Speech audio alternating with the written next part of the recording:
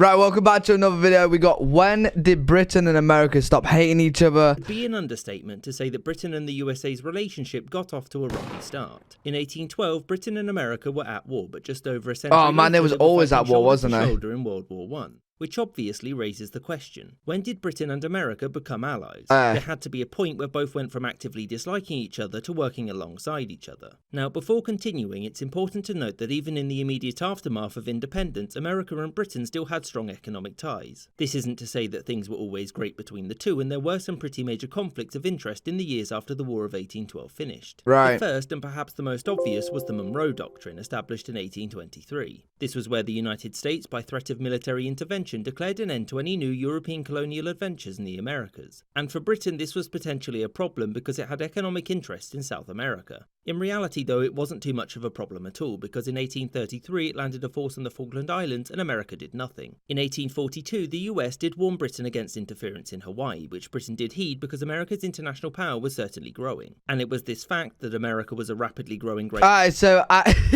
is this where it's getting to? America was getting stronger, and Britain was like, you know what?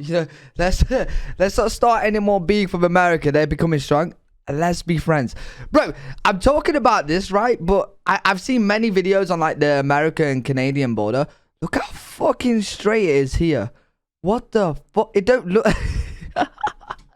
To say it's a... Oh, wait, you can't even see it because of my webcam. Hold on, let me just hide my webcam for 1 second. Wait, here we go. Right, look at that. Boom! Look how straight it is there, bro. What the fuck? It's actually so straight, isn't it? Could no longer be ignored, which would dominate Anglo-American relations in the following century. So the next major event which could have changed the Anglo-American dynamic was the American Civil War, which broke out in 1861. Britain had already abolished slavery at this point, and so you would think that it would have preferred the Union over the Confederacy. But you'd be wrong. Bro, why is... Listen, I'm understanding the video of like... I'm watching the video about Britain and America stop hating each other. But why is this so blocky? Like, why is America such a blocky fucking country? Like, look at this, bro. What the fuck is this?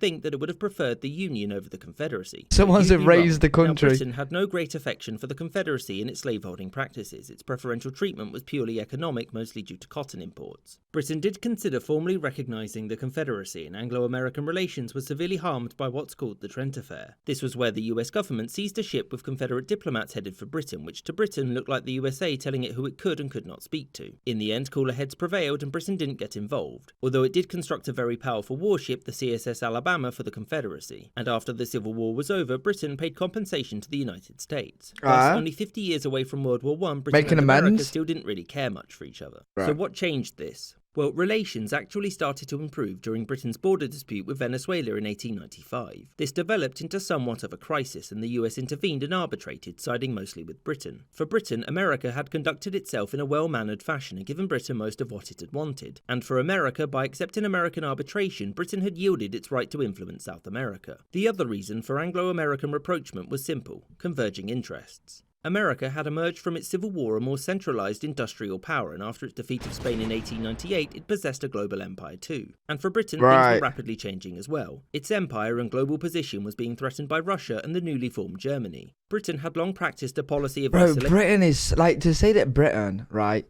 was one of the most dominant countries in the world with the biggest empire, right? It's such a tiny...